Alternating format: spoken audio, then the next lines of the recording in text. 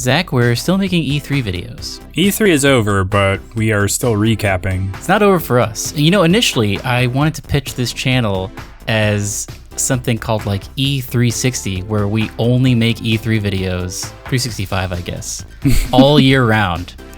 Just constantly recapping E3 the entire year, and then anticipating the next E3 in the league. I would say like January we start talking about the next E3, but from like June until January we're just constantly recapping what happened.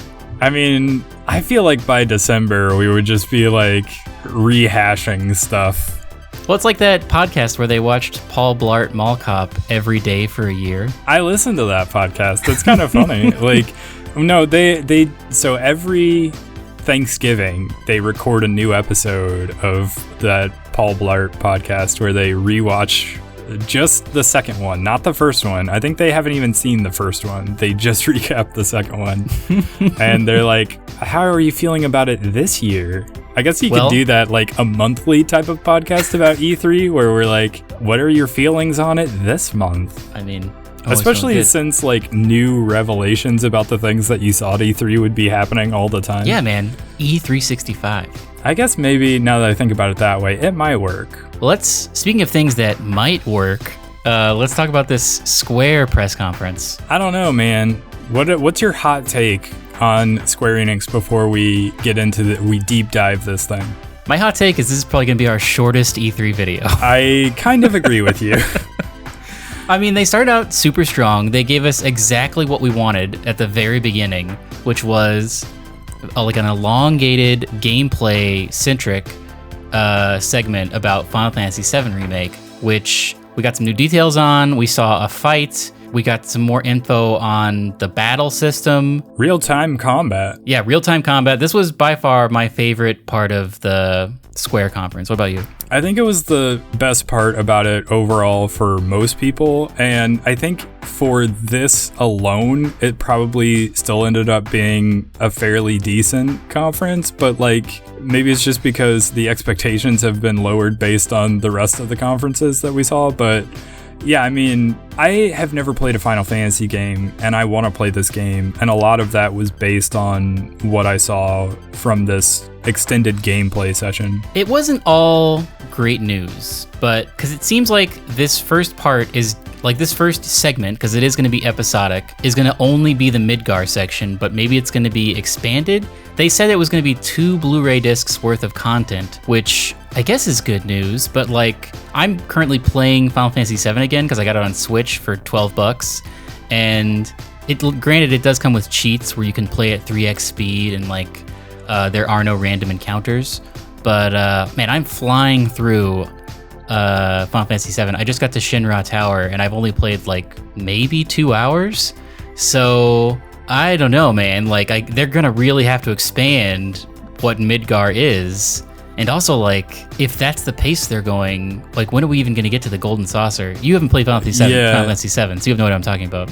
Right. Well, and I will say, since the press conference, there has been some concern that if this is episodic and we're going to have to wait on the next bit after that, like, how long is that wait going to be? And if they have the engine one of the chapters ends up not being super successful, do they just like quit on it at some point? Especially since this game is probably going to end up bridging a console generation. You know what I mean? It's going to go from one to the other.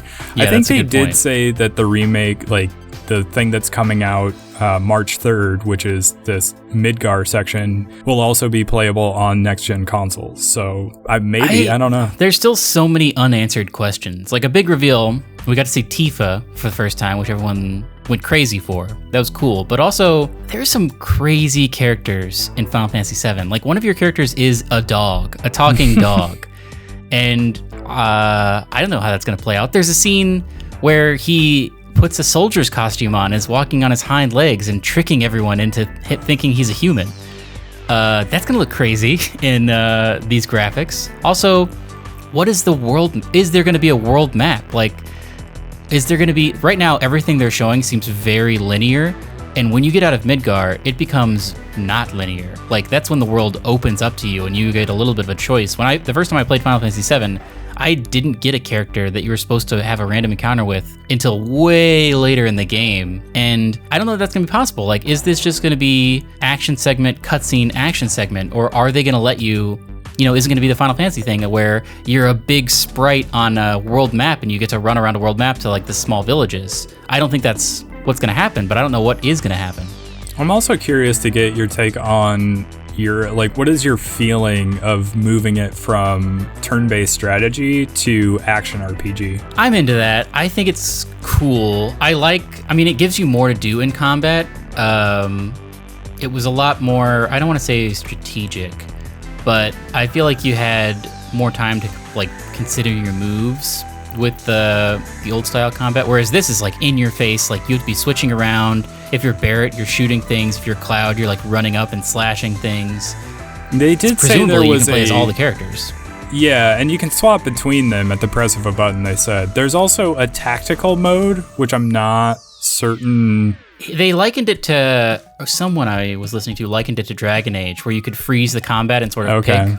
I liken that to like Baldur's Gate 2, which is what I would do, where you would freeze combat and then pick your moves. But okay, yeah, I heard that as well, where they were sort of comparing it to Dragon Age Inquisition, where it's like real-time action RPG combat, but you can swap back and forth between the characters as you want, but then you also have this tactical mode where you can kind of slow things down and play it out very tactically. Zach, one of the characters you get later on is a giant robot toy ridden by a cat, and its weapon is a megaphone. How does What's that work? Gonna look like? I don't know. Like, I have its name is Kate Sith Cat, and I can't conceive of it in these graphics. I never watched Advent Children, but I would assume, I don't know, man. So much crazy stuff happens in Final Fantasy VII. Like, eventually you're going to get an airship, I would hope, and there's going to be a car, and they showed a little bit of the motorcycle segment. Does all of that happen in Midgar, or is this stuff you're talking about for later on? Airship is way later, because the way they block your path in this is like you get out to the world map, and you're just running around normally, and then you get access to like a sort of like a tank style thing that can go over shallow water. So now you can go over rivers, and then you get access to like a boat. So now you can like go into deep water. Maybe there's actually, no, I think you get access to like a seaplane that can go in shallow water. Then you get access to a deep water vessel. Then you get a submarine. Then finally you get an airship and you get to land anywhere, except you can't land anywhere. There are special places where you can't land. And for that you need a golden chocobo, which is very hard to get. Also, is there going to be chocobo breeding in this? That's a giant part of Final Fantasy VII, and I don't know that we've even seen a chocobo yet. Yeah, I don't remember seeing one, so maybe not. I don't know how much this chapter is going to contain, but I also don't have a context for it based on the classic game.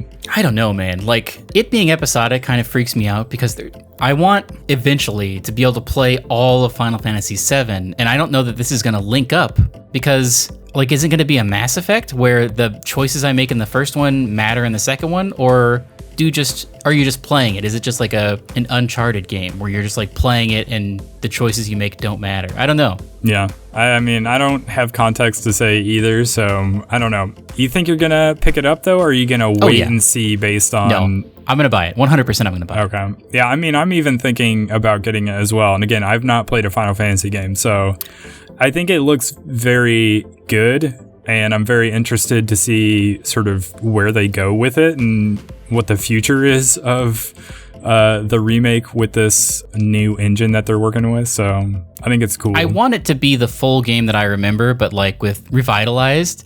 And I'm so worried it's just going to be vignettes of the game I remember. You know, it's going to be like, this is Midgar, and like, oh, this is, I don't know what the next segment would be. I don't know. Like, how would they chop it up? But I really want there to be a world map where you can have a little bit of a degree of freedom. I don't know. It remains to be seen, but we learned more, and it's coming out March 3rd, 2020, so that's exciting. Hopefully it doesn't get pushed back. I am excited for this to come out, but I'm also very trepidatious. Well, speaking of being trepidatious, the rest of the Square Enix conference... let's move through this. My eyes kind of glazed over almost immediately after this because they went into Life is Strange 2, which I don't think is bad, but, it wasn't interesting to me. Final Fantasy Chronicles Remastered is on mobile phones and PS4 and Xbox One, I guess. Octopath Traveler is now on Steam. That's good. Which is just a reminder because I think it came out on Steam before E3. Oh. So that was weird to me. Last Remnant Remastered is available on Switch as of now, I don't remember what this is. I mean, I remember it vaguely coming out. I never played it, but I worked at a buy-sell trade video game store that was not GameStop, and I remember this one coming in a lot, and people were like, oh, that's a really good game, but I never played it. Dragon Quest Builders 2, there's a demo coming to PS4 on June 27th, and the full game is releasing on July 12th. I don't have any interest in the series, but that's that. Dragon Quest 11 Echoes of an Elusive Age Definitive Edition is coming to Switch, I believe this fall. Was it this summer? I don't remember the exact release date on this. I don't remember. I put it out on Twitter, actually, that every time Nintendo plays a trailer for a Dragon Quest game on their Nintendo Directs, I'm always like, I like this anime art style and the music is amazing. And so it makes me kind of want to play them, but I have never gotten around to it just because I find them a little bit intimidating, especially since this is 11 and I've never played them before. And also, they usually come out during a time when there's a ton of other stuff that is like pretty hard to sell me on. So the release date for Dragon Quest 11 is September 27th, which is the week after Zelda Link's Awakening and Destiny 2 Shadowkeep, and the week before Ghost Recon Breakpoint. Oof. So, like, even if I was vaguely interested right now in, like, trying this series out, it's gonna be, like, I'm probably not gonna get to it when it comes out, is the thing. And it's like an 80-hour experience. Yeah, and it's a huge, long game, and when it comes out that close to everything else, it's just like, so yeah, I'm not quite sold on finally digging into one of these games, and I thought they might have had me with this one, with the definitive edition coming to Switch, because I want everything on Switch. But the time it's coming out is just not good. So anyway, then the press conference moved on to this weird little history over the last 3 years or so, and they started showing like cars and talking to devs, and then it ended up just being the reveal for this game called Circuit Superstars, which is this top-down racing game. Oh yeah, it seemed really bizarre to me to like lead into it that way. And then they moved on to Battalion 1944, which is some sort of competitive first-person World War II shooter that I think is available on Steam already. And then they showed Square Enix Music, which is Final Fantasy soundtracks available on streaming services, which seemed That's like a cool thing. It's cool. It just seemed a little weird for E3 to talk about that. Then they showed Kingdom Hearts 3 Remind. I don't know anything about the Kingdom Hearts series. Nor do I. Then they showed an expansion called Shadowbringers for Final Fantasy XIV, which is coming out on July 2nd. They also, like, the way that we're talking about this, there's not, like, people coming out and talking about things. It's like, the way they did it was just, like, they would zoom in on a virtual picture frame and show a trailer, then they would zoom out, then they would zoom in, and then they would zoom out, and it's just like constantly next thing. So it was a weird framing device that they were doing where they were trying to show these all as this sort of collage of pictures that were each individually framed, and so they kept trying to move back and forth between them, and it just got to be a bit much, especially since it like you say, it wasn't somebody standing out there talking to you about it, and it just dragged on and on and on. Yeah, well, and a lot of it is because a lot of these are remakes or expansions to something else, or like remasters of games that have already been out. So a lot of that to me isn't particularly exciting, even when it's a game I like Destiny. I never get excited about Destiny expansions being shown at like the Sony or Microsoft press conference because I know what that game is. Like, you could just show me a trailer for the expansion outside of E3 and it would be fine.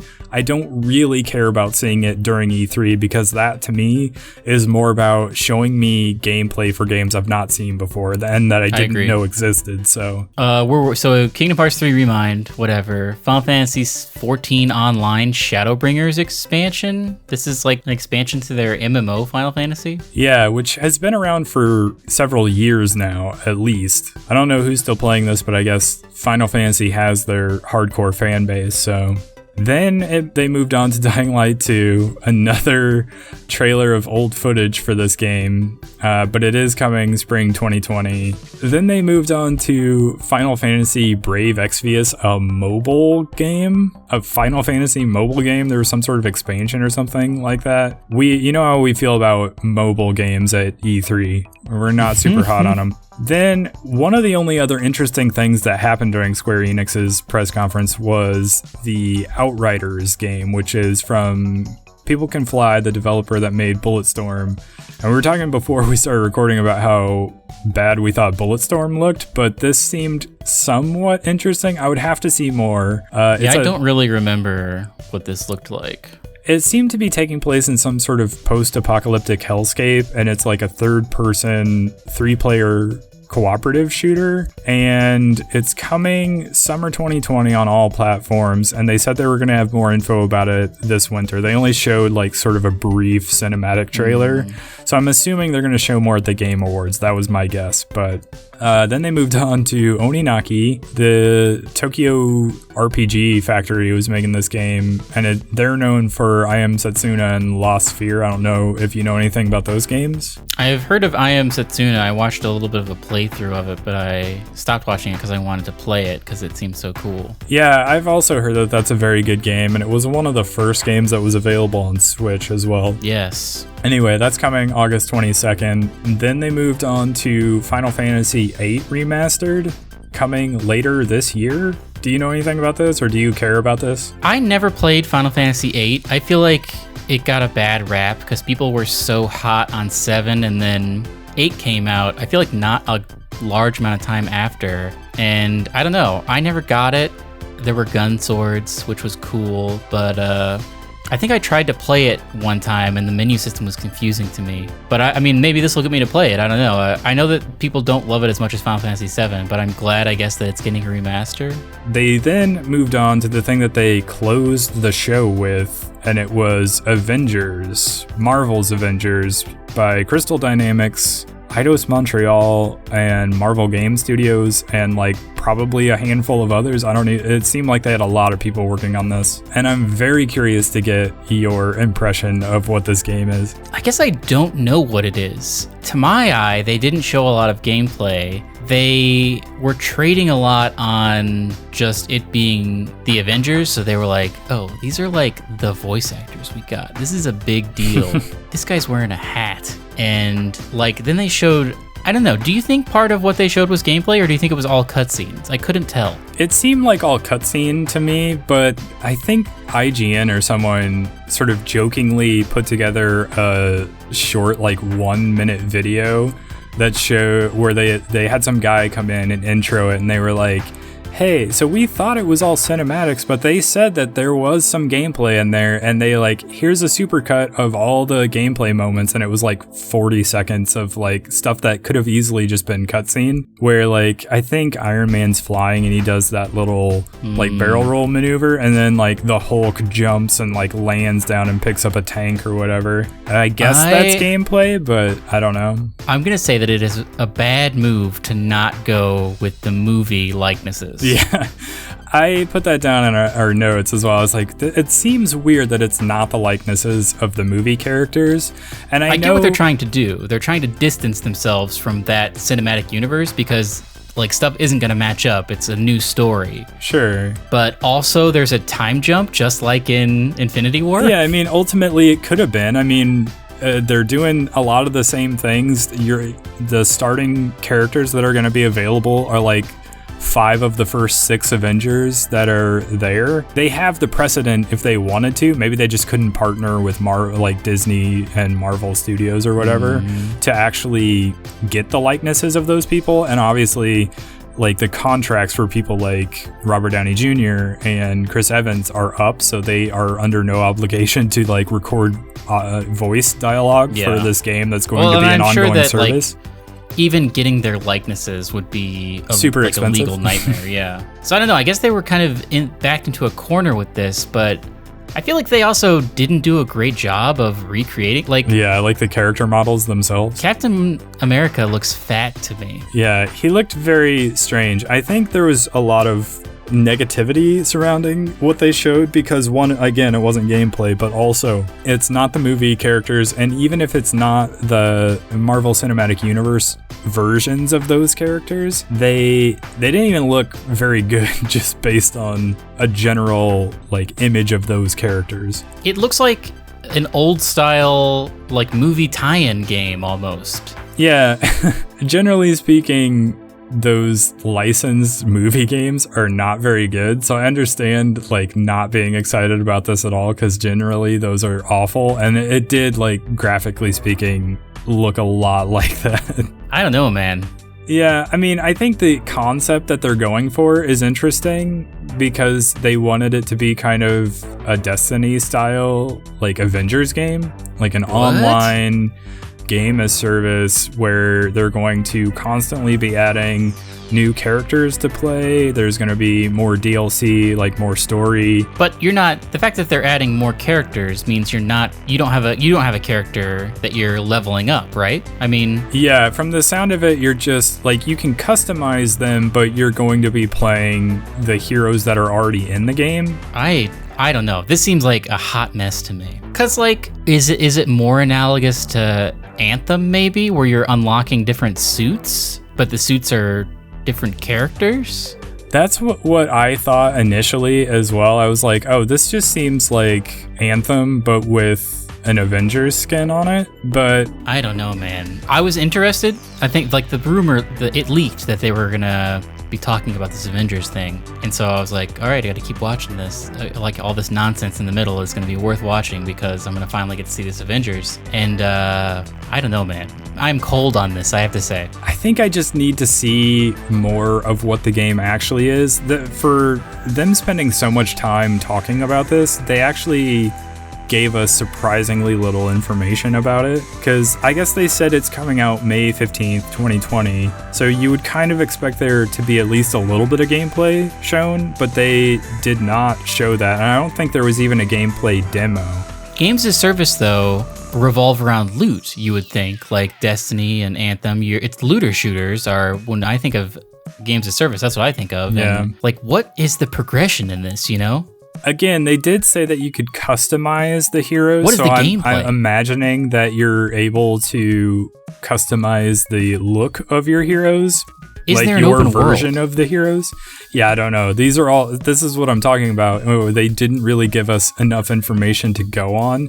Like, aside from them telling us who the voice actors of the characters were and like what the release date was and who the starting characters were going to be, they really didn't tell us anything of consequence. Because yeah, we want to know all this stuff, like what are you working towards, like what are you unlocking, what's the gameplay loop, and what is the gameplay loop? Yeah, and I don't know, I think a lot of people are sold on just the idea of being able to play as the Avengers characters in co-op, and maybe that's enough for people, but I don't know. I think I'm with you being a little bit skeptical about this, especially since they just didn't say very much about it. I mean, I guess we'll have to see more, but since this is Square, do you think they would show stuff at Tokyo Game Show? Probably. When is Tokyo Game Show? It's always after E3, but I don't know how many weeks after E3. It's in the summertime. I mean, for sure they're going to have to show more between now and the release date, which is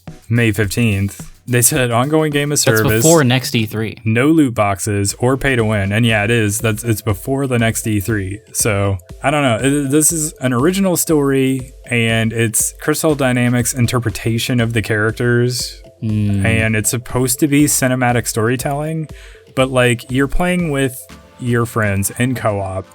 and they get to like a story beat that has to do with Iron Man and maybe like one other character, and you're in 4-player co-op, are you then restricted to the characters that you want to play? Like for mission? That's such a good question, because like Uncharted is a great series, but like what if Uncharted was like 4-player co-op? How would that even work? Like those cinematic moments and storytelling works because it's just you in the game and you're not like voice chatting with people, you know? Yeah, that's why this seems like such a different concept to me in terms of the online game as service game. Because in Destiny, it's not like you're picking from predetermined characters to play as. You're creating your own character. That's why I kind of thought that this game was going to be like that, where you sort of build your own hero that just sort of works alongside all the like main Marvel heroes. And so it kind of surprised me that that's not what's happening, that you're actually playing as the Marvel heroes, not creating your own. And then that just leads to a lot more questions, like how is that going to work then? I don't know, man. It's coming to Stadia, I guess, is the other thing they said. Coming to console, PC, and Stadia. And PS4 gets early beta access to others and other stuff. Like, they didn't say it directly, but it seemed like there was maybe going to be some tie-ins to the Spider-Man game that came out last year. Man, I hope that's not true, because that game is supposedly... I mean, I didn't play it. I should buy it, because I think it's like $20 right now. But that game was like so lauded, and people praise it so much. And I would hate for it to be in the same universe as a game that... by all accounts, it's probably gonna be garbage. I'm gonna call it right now. Well, so what if they, like, Sony owns sort of exclusive rights to Spider-Man games? They do. And they're just like loaning Spider-Man out to Crystal Dynamics, and that's why they get like to pull these plugs on like, give us your early beta access to stuff for PS4. Right. And people don't particularly love exclusive content. So No. You know, I rate this this press conference as a 5 out of 10, I think. Maybe even a 4 out of 10. What about you? I was initially higher on it, but now that we've talked through it, I think I've gone lower on it. I think you're right that Final Fantasy VII Remake was legitimately the only like really positive thing to come away from this with. And Avengers left us with more questions. And I wrote this down in our notes as well. I wanted Sleeping Dogs 2. I wanted that to be like a surprise one more thing and be like, hey, you remember that game?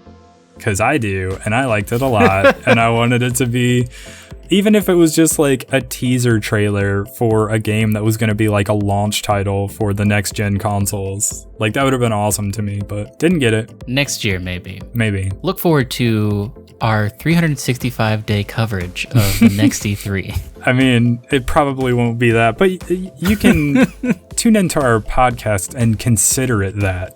Consider our podcast, our weekly games podcast. Consider that E3 360. When we finish up, because all that's left is Nintendo, which we'll be putting out later this week, and then we're gonna have our big E3 recap podcast where we talk about our favorite things from this E3. Don't miss that one. That one's gonna be fun. I'm gonna enjoy that. I will also enjoy it much more than I did the Square press conference. But keep your eyes on this channel, is what I have to say. Yeah.